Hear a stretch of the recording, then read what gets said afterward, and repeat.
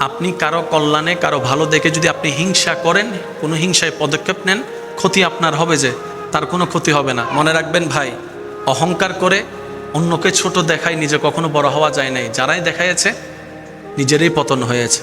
এই কথাটা মাথায় রাখবেন।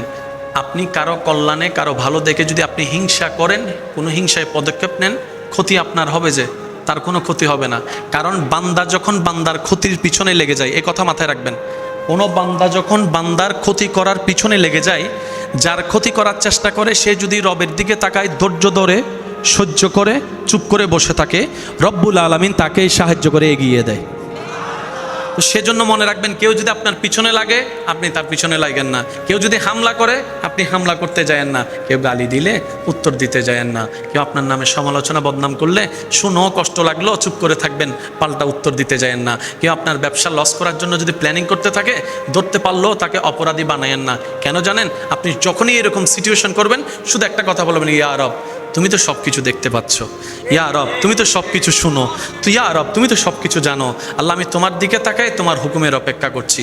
আমার হাত আছে, আমি তাকে মারবো না। আমার মুখ আছে, আমি তাকে বাজে কথা বলবো না। আল্লাহ আমার সব আছে, তার ক্ষতি করার জন্য 100টা মানুষ কিনে মারতে পারবো, আমি সেটা করব না। কারণ করলে তো তুমি নারাজ হবা। আল্লাহ আমি তোমাকে খুশি করতে চাই, তোমাকে রাজি করতে চাই।